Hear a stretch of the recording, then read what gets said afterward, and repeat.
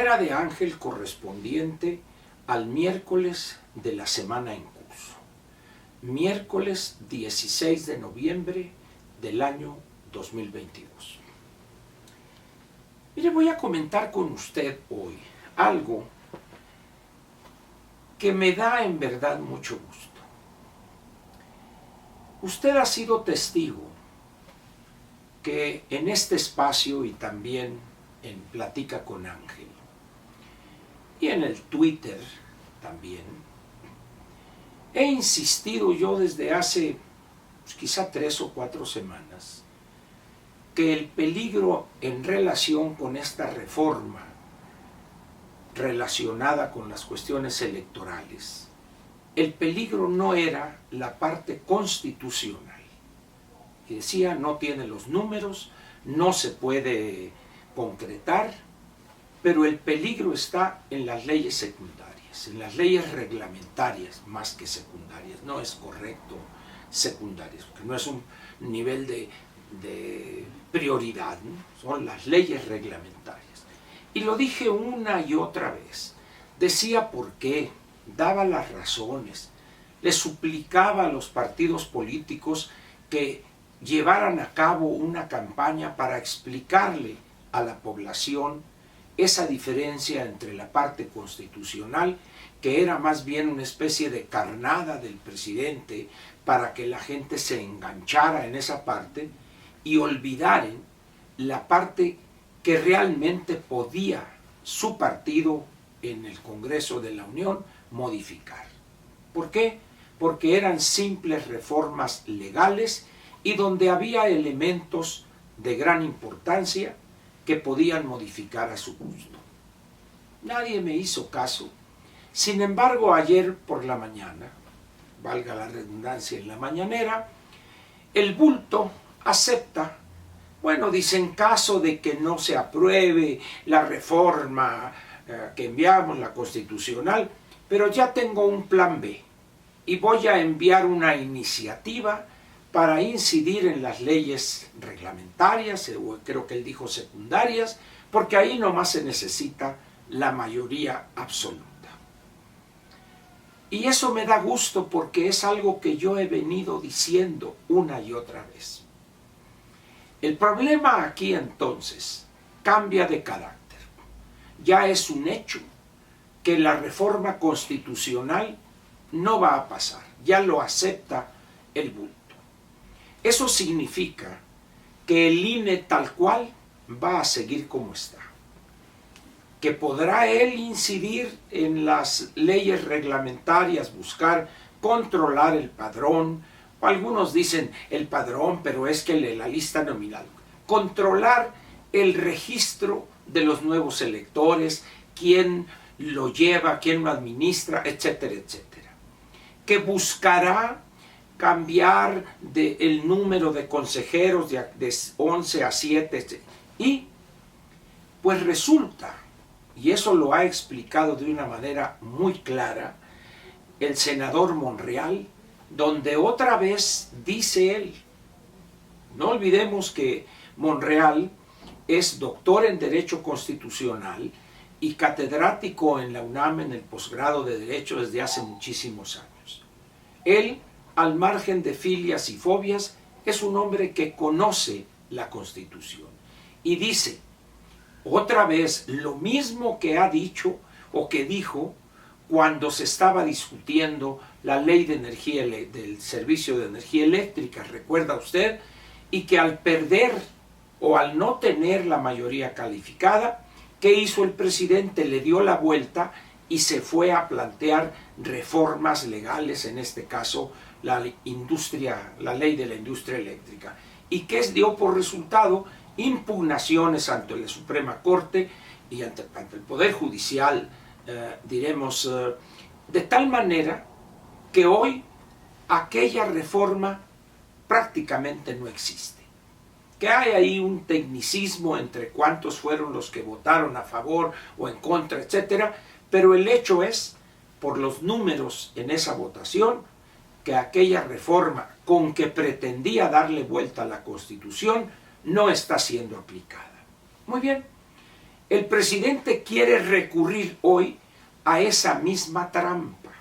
Sin embargo, ya Monreal señaló con una claridad meridiana, se va a analizar con lupa en caso de que los diputados hagan esto y otro y nos envíen la minuta, y dada la situación que hay en cuanto a la relación política entre Ricardo Monreal y los senadores que lo apoyan, prácticamente podemos decir que ese intento del presidente prácticamente está muerto. ¿Qué va a suceder ahí? Ahora dicen algunos, bueno, él va a incidir en la sustitución de los 4 consejeros en relación con los 4 que se van para sustituirlos y puede nombrar a 3 de ellos. Y otra vez vienen las inexactitudes. El procedimiento para nombrar a los nuevos consejeros es algo complicado, es algo así medio abigarrado el proceso, pero no es tan fácil para Morena decir yo pongo 3 y a ver tu PAN pone el otro. No, no es tan fácil como lo plantean algunos. Pero ¿qué es lo que quiero señalar aquí? Que cuando uno busca explicarle a la gente las cosas, o lo tiran a uno a loco, que es la mayor parte de las veces, o se molestan porque les dice uno las cosas. Eso no va a pasar, eso no va a suceder. No, usted debería darle vergüenza, usted está promoviendo a López. Y una serie de tonterías que dice uno, bueno, estas personas quieren matar al mensajero y olvidan que lo que importa es el mensaje. Hoy, por ejemplo, ayer, escuchando el noticiario de Joaquín López Dóriga al mediodía en Radio Fórmula, un pedazo, que estaba yo en una comida, da la nota en relación con una iniciativa que presentó un asambleísta, es un agente de Morena, estamos ahora ubicados en la Asamblea Legislativa de la Ciudad de México, una iniciativa para reformar el artículo 83 de la Constitución. El artículo 83 es aquel que señala que el presidente debe durar 6 años y que por ningún motivo, si hubiere ocupado el puesto de presidente, por ningún motivo podría volver a ocupar eso, es decir, nada de reelección. Y ahí este asambleísta propone que a partir del 1 de octubre del año 2024, el presidente de la República, además de durar 4 años, cambia de 6 a 4, se podrá reelegir para el periodo inmediato posterior.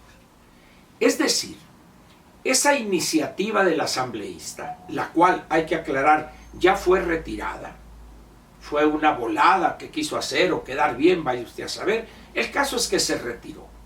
Pero el texto que él plantea para reformar el 83 constitucional está señalando explícitamente que será aplicable al próximo presidente de la República, cualquiera que fuere, pero no al actual. Y en ese momento López Dóriga, don Joaquín López Dóriga, dice, bueno, esperemos que mañana el presidente desautorice esto, porque si no lo hace, se va a crear un movimiento a favor. Y dice uno, ¿por qué en temas tan sensibles no se informan esos conductores o esos opinantes? Tan sencillo como haber leído la iniciativa, no obstante que ya había sido retirada, pero era fácil encontrar a alguien que hubiese guardado ese archivo de la Gaceta de la Asamblea Legislativa. Y ahí está explícitamente señalado esto que acabo de decir. ¿Qué significa eso? Que es una volada eso, que no tiene sentido hacerle caso a eso, no desviarnos de la atención de lo fundamental. Y cuando dice uno eso, la gente se enoja, se molesta conmigo. Es que usted y está defendiendo a Alito y qué vergüenza. Y esto, y dice uno, ¿y esta gente qué lee? ¿Qué escucha? ¿Quién sabe? Entonces, a raíz de las peticiones de amigos cercanos y de familiares, específicamente mi esposa, ya en estos días ya he procurado ya no enojarme. Ya, que digan misa. En todo caso, borro esas tonterías que escriben. Pero hay un problema ahí. Al margen de si me ofenden, de si me calumnian, al margen de eso, hay un verdadero problema. No nos gusta escuchar opiniones relativamente complejas. No, nos gusta lo facilito, el quinto partido, ese tipo de cosas.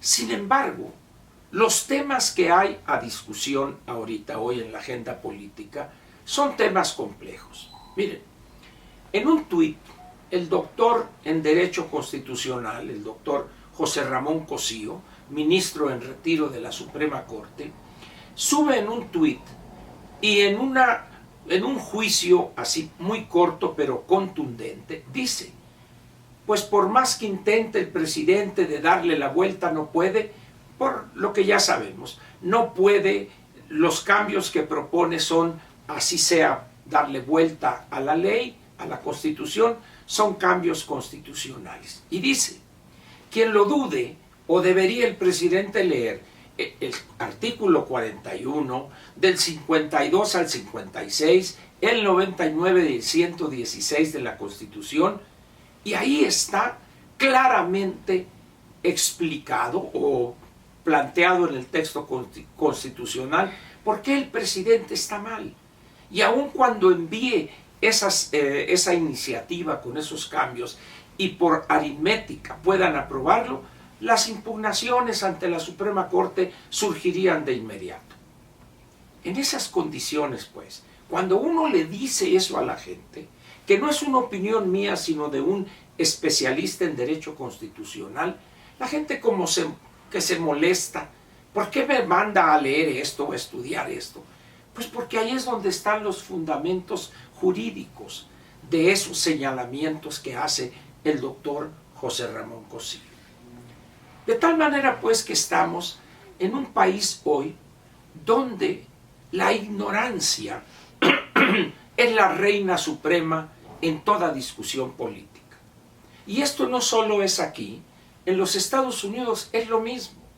Acaba de aparecer un libro, el cual comenté hace una semana, Profiles in Ignorance, donde en Estados Unidos tienen el mismo problema, o quizá peor, porque algunos candidatos o algunos políticos informados, personas con lecturas o con un posgrado, tienen que aparentar que son brutos, que son tontos, porque el electorado norteamericano, una buena parte, castiga a esos políticos y prefiere a los tontos. Así estamos en México. Tal parece que prefiere las opiniones, valga la redundancia, de opinantes que parecen tontos. Pero cuando alguien les dice, señores, hay que leer esto, aquí está, estas son las causales, etc., la gente se molesta. Pues lo siento mucho, señores, pero yo seguiré en esa misma línea, recomendando la lectura de la Constitución, de libros o de trabajos teóricos, porque no hay otra forma. Y mañana voy a centrarme en estos juicios ligeros de algunas personas que se molestan porque yo digo que el promotor fundamental de la marcha fue López Obrador. Y ellos dicen, es que esos grupos de la sociedad, etc. Les digo, señores, no. Son grupos que tienen todo su derecho a existir, pero son grupos sumamente pequeños, sin recursos, sin estructura. Pero bueno, mañana me extenderé en ese tema. Por lo pronto, le doy las gracias por su presencia aquí y yo seguiré recomendando lectura quizá de temas complejos, pero que serían muy útiles para entender la difícil y compleja realidad que hoy enfrentamos. Muchas gracias y nos vemos mañana.